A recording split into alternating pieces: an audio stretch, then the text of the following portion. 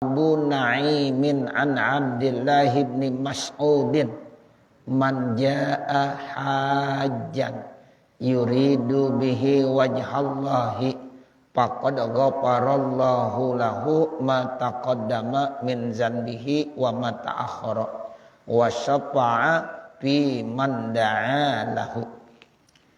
Segenap Bapak, Ibu, Saudara, materi kita pada pagi hari ini masih terkait tentang haji.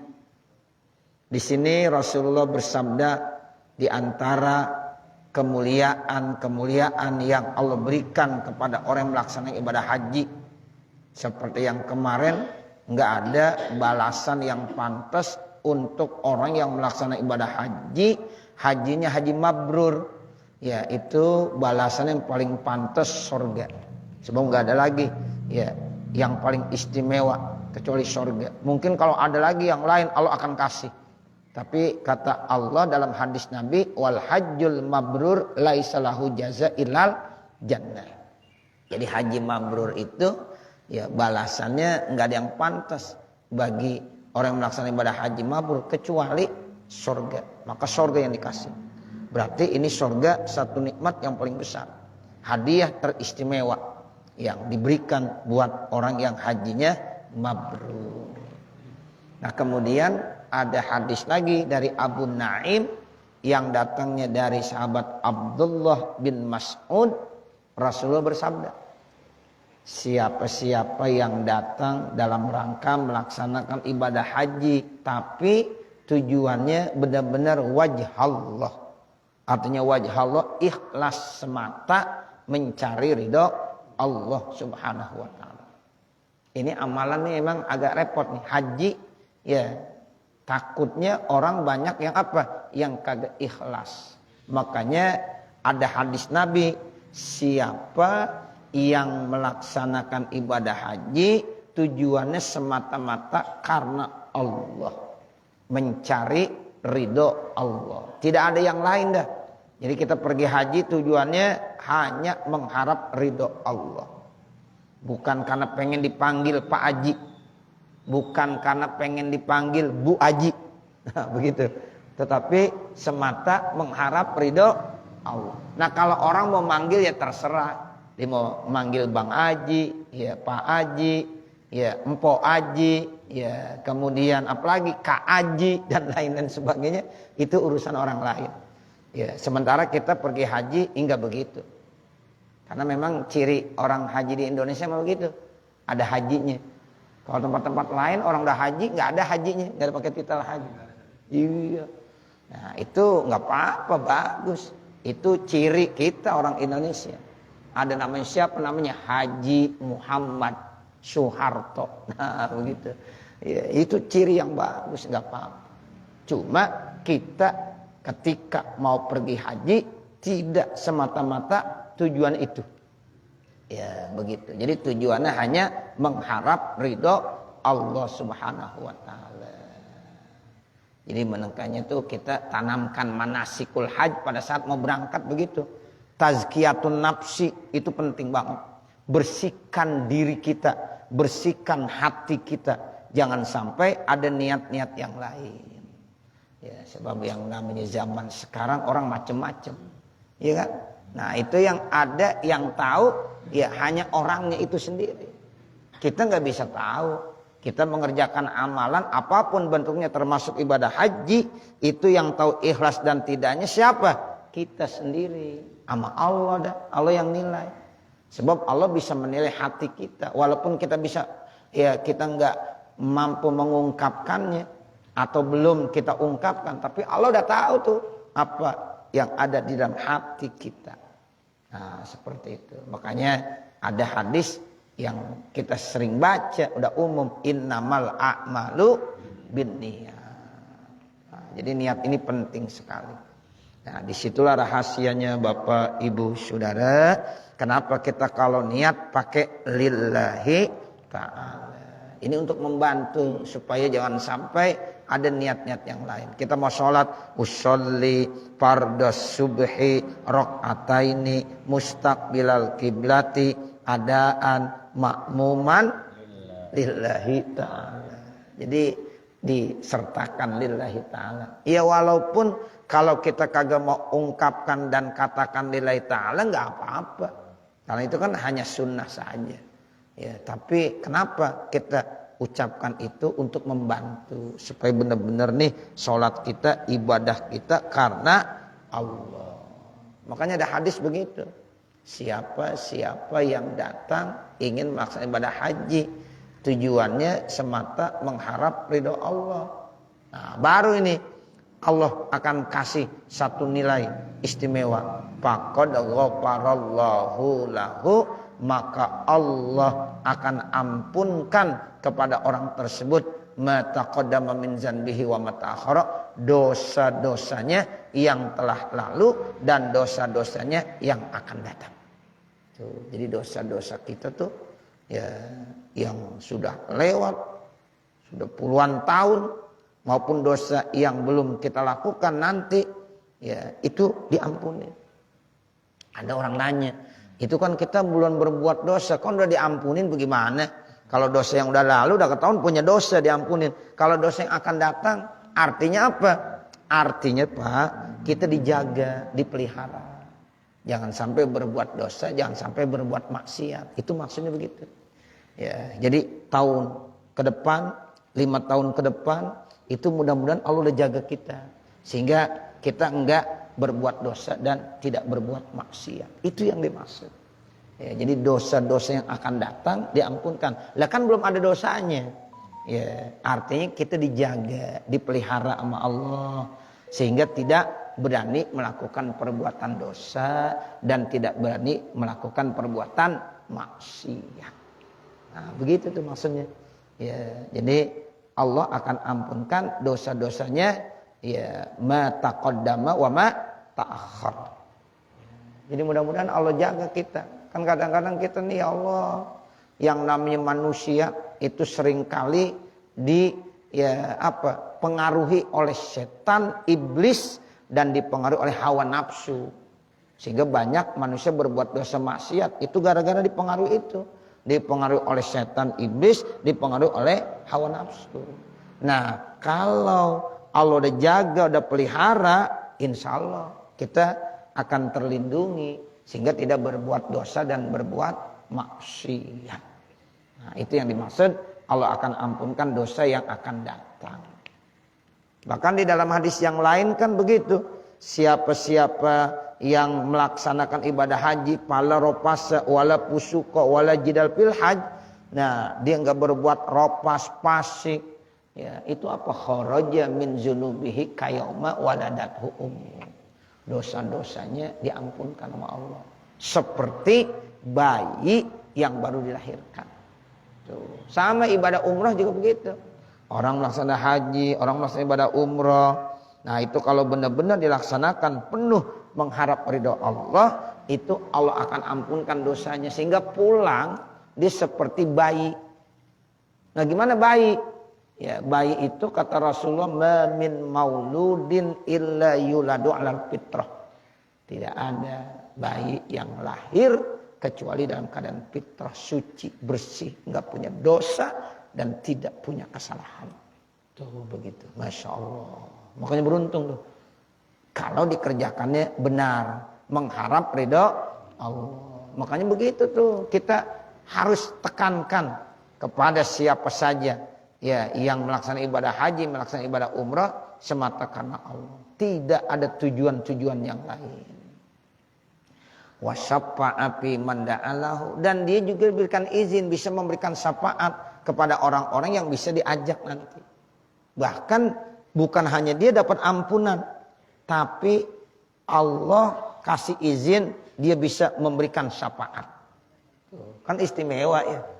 Makanya syafaat itu banyak, nanti Nabi bisa memberikan syafaat, ya. Kemudian Rasul bisa memberikan syafaat, para ulama, guru-guru kita bisa memberikan syafaat. Orang-orang baik pun, orang-orang solih, termasuk orang yang melaksanakan ibadah haji karena Allah, itu di samping dosanya diampunkan, dia juga bisa dapat izin memberikan syafaat, pertolongan buat orang lain. Tuh begitu. Namun syafaatul uzma itu hanya milik ya Nabi Muhammad sallallahu alaihi wasallam. Syafaatul uzma tuh. Tapi kalau syafaat-syafaat yang lain bisa Allah kasih ya dengan izin Allah tuh siapa aja. Ya, seorang guru, para ulama kita itu bisa memberikan syafaat buat jamaah-jamaahnya, buat murid-muridnya. Nah, begitu. Bahkan sampai orang yang melaksanakan ibadah haji saja itu dapat izin juga dari Allah. Ya, mendapatkan apa? Ya, nanti dia dikasih istimewa bisa memberikan syafaat pertolongan buat orang lain. Kalau ya hajinya benar ikhlas lillahi ta'ala tapi sambil bawa dagangan. Iya, dilihat dah. Yang bagus bukan berarti dagang di sana nggak boleh. Yang bagus jangan. Kecuali udah kehabisan ongkos. Kalau udah kehabisan ongkos nggak apa-apa dah tuh. Ya. Sebab di Jakarta udah dagang, di sana masih mau dagang juga. Ya, dilihat cakep juga nih. Barang-barang begini jual gampang bener. Nah, begitu. Jangan dah. Udah jangan ngurusin tijarah udah. Ya, begitu. Ntar pulang tijaratan dan tabur dapat itu. Ya, sebab orang haji ikhlas nanti mendapatkan apa? Ya, tijaratan dan tabur.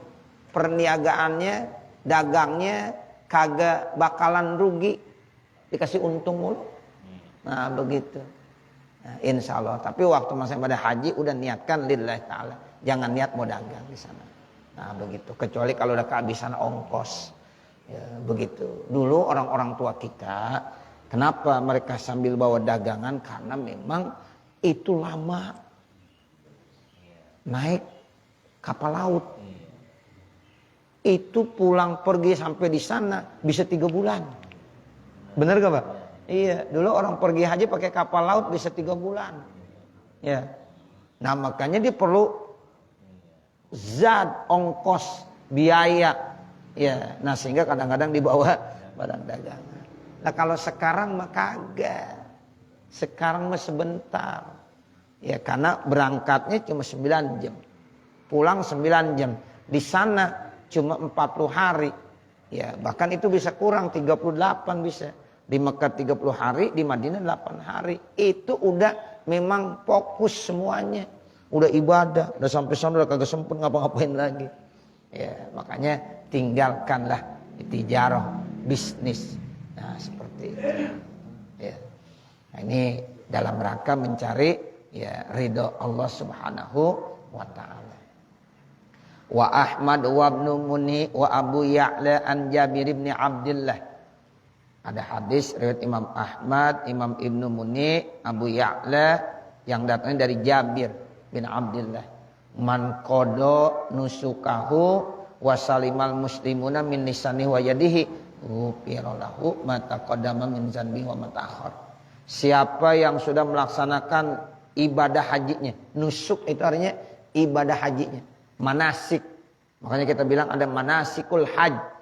Ya, udah selesai tuh manasik haji, umrohnya udah, ya hajinya udah, tawaf sa'i, ya termasuk wukuf di padang Arafahnya, udah semuanya dilaksanakan. Itu namanya qada nusukahu. Berarti dia udah selesai melaksanakan ibadahnya, manasiknya. Itu yang namanya manasik itu yang terkait dengan ibadah-ibadah haji. Makanya kalau orang ibadah haji itu udah pasti melaksanakan umroh. Kalau orang umroh belum tentu haji. Tapi kalau orang haji udah pasti umroh. Karena nanti dalam haji itu ada haji ifrad, ada haji tamattu, ada haji qiran. Kalau haji ifrad dia datang ke Mekah langsung niat haji. Nah, itu namanya haji ifrad. Selesai haji ifrad, manasikul haji sudah selesai, baru dia melaksanakan umroh. Itu namanya haji ifrad. Ini yang paling mahal nih. Susah. Ya, jarang. Nah, begitu. Yang kedua haji tamattu. Nah, haji tamattu itu datang ke Mekah, dia bikin umroh terlebih dahulu. Selesai umroh, baru nanti nunggu melaksanakan ibadah haji. Itu namanya haji tamattu. Enak jadinya, santai. Ya, umroh selesai, udah ganti pakaian. Ya, pakaian bebas. Nanti tinggal nunggu tanggal 8 menjelang tanggal 9 baru siap-siap pakai pakaian ihram buat haji. Nah, sambil nunggu haji dia melaksanakan ibadah umrah tuh. umroh, nanti bikin lagi umroh, bikin lagi umroh. Nah, makanya bisa berkali-kali dia umroh. Ada yang punya program 10 kali, ada yang 7 kali, bahkan ada yang lebih dari itu. Ya, bahkan ada yang kurang dari itu, ya tergantung orangnya. Gitu. Ada orang pergi haji berapa kali umroh? Alhamdulillah saya 10 kali. Alhamdulillah saya 7 kali. Yang nanya gurunya nggak apa-apa. Bukan berarti dia mau ria. Yang nanya gurunya, yang ditanya muridnya, boleh ceritain. Alhamdulillah guru, saya bisa umroh 10 kali. Saya bisa umroh ya 7 kali. Saya bisa umroh sekian-sekian. Itu tujuannya lagi ya gurunya nanya. Nggak apa-apa karena guru yang ngajarin. Sehingga gurunya bersyukur. Alhamdulillah dah, bersyukur ente bisa melaksanakan umroh 10 kali, 7 kali dan seterusnya dan seterusnya. Tapi kalau dibilang saya cuma umroh 1 kali guru, ya Allah sayang. Nah, kan begitu. Emang apa? Kan dulu gua ajarin lo suruh umroh yang banyak. Tuh kata gurunya begitu. Kan al umratu ilal umrati kafaratun lima bainahuma, ada hadisnya. Suruh umroh lagi, umroh lagi. Kalau haji emang sekali aja. Tapi kalau umroh berulang-ulang nggak apa-apa. Al umratu ilal umrati. Tuh begitu. Kan jadi dosa kita semakin ya dihapuskan. Nah kalau dosa kita nggak ada, Allah angkat derajat kita. Tuh begitu. Jadi umroh tuh isi aja dengan umroh. Nah nanti pas mau tanggal 9, tanggal 8 siap-siap bikin baru niat haji. Tuh namanya haji apa tuh?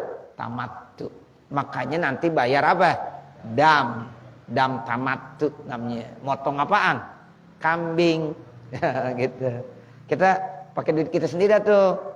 Apa 500 real, apa berapa tergantung harga kambingnya. Ya kita liatin tuh waktu kita beli ya kambing untuk kita dam tamattunya. Nah, silakan. Ada lagi haji kiron. Nah, kalau haji kiron bareng umroh sama haji niatnya bareng. Nawaitul umrata terus wal hajja ya wa ahramtu bihima, jadi ma'an tuh sama-sama. Nah begitu, jadi dia niat ihram haji juga, ihram umrah juga. Biasanya bagi para ya, petugas haji yang memang mereka agak sibuk sehingga dilaksanakan berbarengan. Nah kalau kita biasanya tamattu itu ya, tamattu. Ya. Kalau wukuf di Arafah hari Jumat itu Jumatnya nggak wajib. Jumatnya, iya, karena kan kita lagi musafir, ya, kita lagi musafir, dan kita itu bukan termasuk ya yang wajib Jumat, begitu. Kecuali bagi orang-orang yang memang di sana, ya tinggalnya, maka diwajib melaksanakan ibadah, ya sholat Jumat. Tapi kalau kita, ya udah jelas-jelas, ya, jadi kita enggak wajib sholat Jumat. Jadi nanti sholat ya zuhur dengan dijamak ya seperti itu. Bahkan ada yang ngajarin qashar jamak, ada yang bilang jamak saja. Itu ada beberapa pendapat nanti. Nah seperti itu. Ada ini ya. Istilah dalam doa antara haji dan umroh. Iya. Kalau kita doa Allahumma rzuqhum hajjan mabrura wa umratan maqbulah, itu sampai sebegitu emang nggak bisa kalau kita baca wa umratan mabrura. Bisa aja. Bisa aja. Iya. Salah. Iya. Nggak apa-apa. Hampir sama aja. Sebab dikatakan haji mabrur masuk juga umroh. Gitu. Jadi disebut haji maka masuk juga umroh. Jadi kalau dibilang hajjan mabruro ya otomatis umroh ya mabruro. Begitu. Nah, nanti ziarahnya baru makbulah. Nah, begitu. Gak apa-apa. Ya, kita menggunakan redaksi yang sama dengan haji. Ya, hajinya mabrur, umrohnya ya mabruroh. Begitu. Boleh, gak apa-apa. Yang lima haji mabrur, umroh mabrurah itu ya yang baik, yang memenuhi persyaratan, yang diterima. Nah, seperti itu. Boleh, nggak apa-apa. Ya, silahkan saja. Nah, itu jadi terkait dengan haji begitu. Tapi kalau orang umroh, nah itu belum tentu dihaji. Begitu Bapak Saudara. Nah sekarang apakah boleh kita belum haji umroh, boleh nggak apa-apa. Ya, apalagi saat-saat sekarang ini, Ustadz saya mau ya pergi haji tapi masih lama banget, udah setor sih. Nah begitu. Nah kemudian dalam rangka nunggu saya umroh, nggak apa-apa. Sehingga dia udah punya pengalaman nanti. Nah begitu. Jadi yang bagus emang haji. Ya kalau udah haji berarti udah umroh. Tapi kalau umroh belum tentu haji. Tapi dalam situasi dan kondisi seperti ini dia udah rindu bener, pengen ziarah ke Ka'bah, pengen ziarah ke Rasulullah, silahkan. Sebab Nabi pun dalam hidup dan kehidupannya itu melaksanakan umroh dulu baru haji. Jadi nggak salah. Sebab nanti ada orang, ente belum haji udah umroh aja, nggak boleh. Salah yang bilang begitu. Ya. Jadi nggak apa-apa, boleh-boleh saja. Nah seperti itu. Sebab dalilnya jelas. Nabi dulu pernah umroh terlebih dahulu. Ya, itu Nabi umroh dulu. Coba lihat sejarah. Nabi umroh dulu apa haji dulu? Umroh. Bahkan umroh yang pertama gagal. Ya, sehingga ya itu ada yang namanya perjanjian Hudaibiyah. Nabi tadinya mau ngambil mikot dari Hudaibiyah, tapi ada larangan dari orang-orang kafir. Sehingga tahun besok datang lagi Nabi umroh lagi mengkodok. Bahkan dalam sejarah Nabi umroh 4 kali. Ya, tapi kalau haji cuma sekali. Ya, Nabi melaksanakan ibadah haji hanya 1 kali. Begitu ya Bapak, Saudara. Ya. Kemudian ya wasalimal muslimuna min lisani wa yadihi. Kemudian selamat ya orang Islam dari lidahnya dan tangannya. Jadi sudah selesai manasikul hajnya. Kemudian orang lain juga nggak merasa terganggu. Ya artinya orang lain itu dengan dia melaksanakan ibadah haji, dia bergaul nggak pernah ganggu orang lain. Lidahnya dijaga, tangannya nggak usil. Ini baru namanya haji mabrur. Kalau kita haji, ya ini orang lain terasa terganggu mulu, disakiti mulu. Ya lidahnya nggak dijaga, suka menceritakan orang lain, ghibah. Nah berarti ini nggak benar. Ya tangannya juga begitu. Ya suka usil. Ya, nah ini nggak boleh. Jadi syaratnya ya orang lain merasa aman dari lidahnya dan tangannya. Baru kata Nabi, ghufira lahu ma taqaddama min dzambi wa ma ta'akhkhar. Diampunkan dosa-dosanya, baik dosa yang telah lalu maupun dosa yang akan datang. Wa Tabarani an Abdullah bin Jarad, dan riwayat hadis Imam At-Tabarani dari Abdullah bin Jarad. Hujju, hajilah kamu. Fa innal hajja, karena haji itu yang silul zunub, dapat mencuci dosa-dosa. Kama yang silul ma'u ad-darona, seperti air mencuci kotoran. Tuh begitu. Jadi kata Nabi, haji kamu. Kenapa? Karena haji itu fungsinya bisa mencuci dosa. Sebagaimana air mencuci apa? Kotoran. Baju kita kotor nih, dicuci nggak? Dicuci pakai apa nyucinya? Pakai air. Kita banyak dosa nih, ya haji. Nah dengan haji nanti dosa kita dicuci. Itu begitu. Ya, jadi jelas gambarannya. Ya sampai-sampai Nabi bilang kotoran itu bisa dibersihkan dengan air. Nah dosa itu bisa dicuci juga dengan ibadah haji. Wa Tirmizi wal Baihaqi an Aliin radhiyallahu anhu.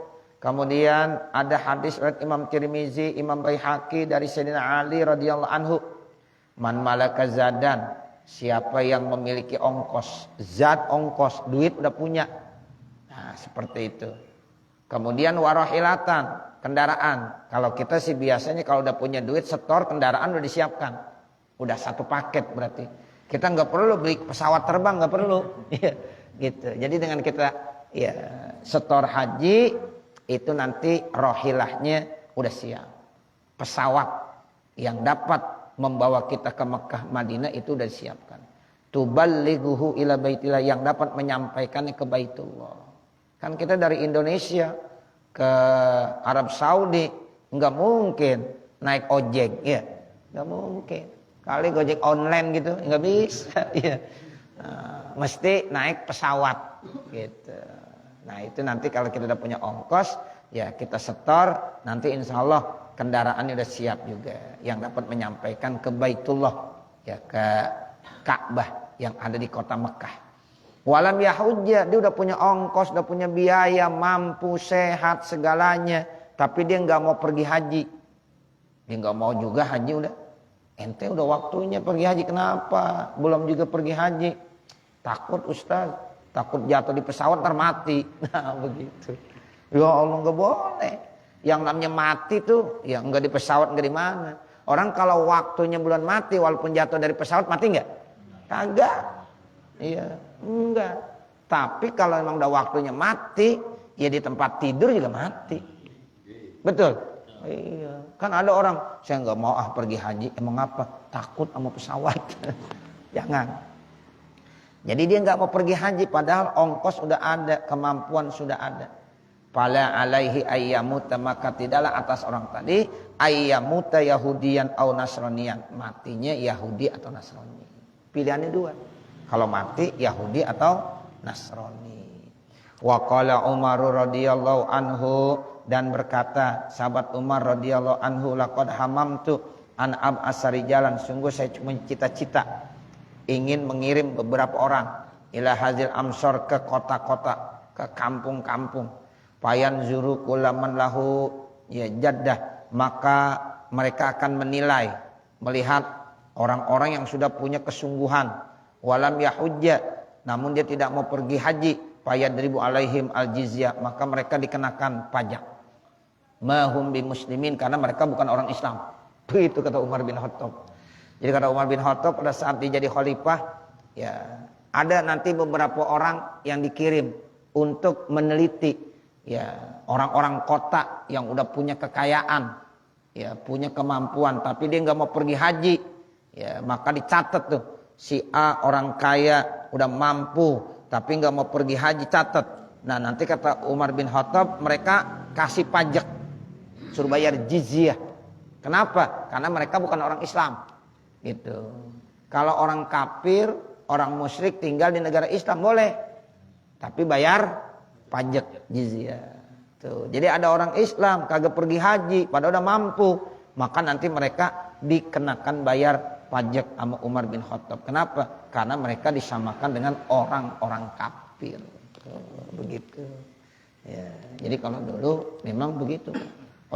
Orang kafir boleh tinggal di negara Islam di Madinah. Ya, boleh, tapi harus bayar pajak. Dan dia dimuliakan, dijaga, dipelihara, aman insya Allah. Yang penting bayar apa? Jizyah, pajak. Nah, begitu. Wa qala Sa'id bin Jubair, dan telah berkata Imam Sa'id bin Jubair, matali jarun, tetangga saya meninggal dunia, musirun, dia orang kaya, tapi lam yahujja, dia kagak mau pergi haji, falam usolli alaihi, saya kagak sholatin. Oh begitu.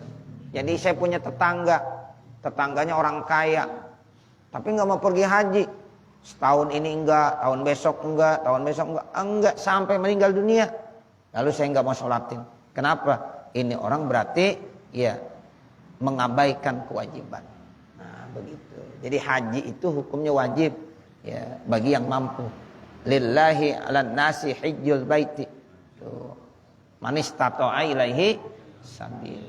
Tapi kalau yang belum punya istitoah enggak apa-apa, sempurna Islamnya. Ini bagi yang mampu, begitu. Kalau sekarang bagaimana? Nah sekarang kalau tidak mampu setor. Kemudian kalau udah setor belum juga berangkat. Ustaz, sudah setor.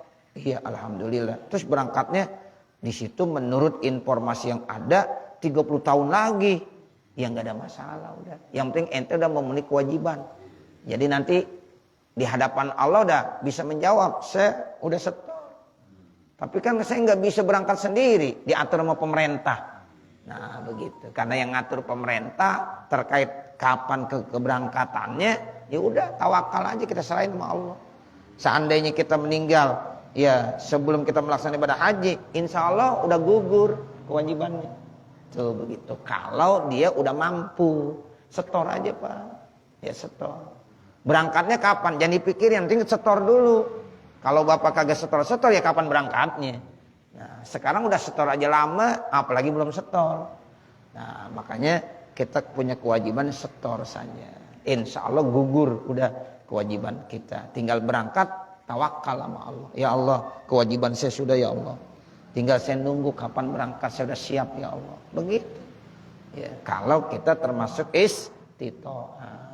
Sebab kalau kita udah istitoah, nggak mau berangkat haji, itu palam usolli. Saya kagak mau sholatin atas orang tersebut. Ya.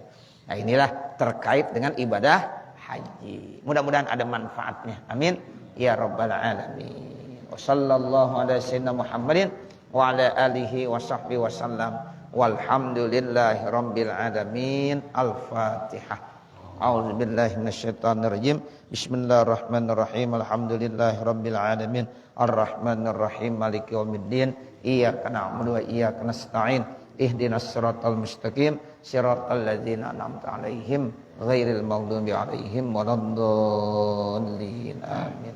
Bapak, Ibu, Saudara, wabil khusus segenap pengurus daripada Majelis Taklim Mushola Nurul Iman, insyaallah Pondok Pesantren Athari Al-Muflihun akan mengadakan peringatan Maulid tanggal 12 November. Tanggal 12 November. Untuk itu saya berharap mudah-mudahan dari Majelis Taklim ya Jumat subuh ya bisa nanti buatkan agenda sehingga bisa sama-sama ya berangkat melaksanakan ya Maulid di Anyer nanti. Nah kemudian karena memang ini peringatan Maulid cukup membutuhkan dana yang besar, makanya saya mohon kepada ya pengurus Majelis Taklim ya Mushola Nurul Iman ya nanti mohon bantuannya. Ya, mohon bantuannya. Mungkin nanti ada proposal yang diberikan dari panitia. Ustaz Salman termasuk panitianya. Nah, begitu. Ya, jadi mudah-mudahan ya bisa meringankan. Nah, seperti itu. Ya, jadi mudah-mudahan ini masih jauh saya sudah sampaikan sehingga kita nanti tanggal 12 mudah-mudahan enggak ada acara yang berbarengan. Ya, sehingga ayo rame-rame kita ke sana. Ya, bagaimana caranya? Ya mungkin nanti dirembukin aja. Gitu, dirembukin aja. Ya mudah-mudahan kalau kita memang perlu sewa mobil ya sewa mobil. Rame-rame aja. Insya Allah kalau rame-rame menjadi ringan. Ya, kalau yang mau mobil pribadi silahkan. Yang penting kita dikasih sehat panjang umur ya. Niatkan untuk Maulid. Ya, mudah-mudahan ganjaran pahalanya sangat besar ya. Amin ya Rabbal Alamin. Begitu kali ya Bapak, Ibu, Saudara, mari sama-sama kita mengangkat kedua tangan kita. Mudah-mudahan doa-doa kita di subuh ya pagi hari ini setelah kita ya ngaji, mudah-mudahan dikabul ijabah oleh Allah Subhanahu wa taala. Bismillahirrahmanirrahim. Alhamdulillahirabbil alamin. Hamdan yuwaffi ni'amahu wa yukafi mazidah. Ya Rabbana lakal hamdu wa lakas syukru kama yanbaghi li jalali wajhikal karim wa li 'azimi sultanik. Allahumma shalli ala sayyidina Muhammad wa ala ali sayyidina Muhammad. Allahumma inna nas'aluka ridhaka wal jannah wa na'udzubika min sakhatika wan nar. Allahumma shrah lana sudurana wa yassir lana umurana warham amwatana washfi mardana waqdi hawaijana wahtim bisolihati a'malana birahmatika ya arhamar rahimin. Rabbana atina fid dunya hasanah wa fil akhirati hasanah wa qina azabannar. Wa sallallahu ala sayyidina Muhammadin wa ala alihi wa sahbihi wa sallam. Walhamdulillahi rabbil alamin. Wassalamualaikum warahmatullahi wabarakatuh.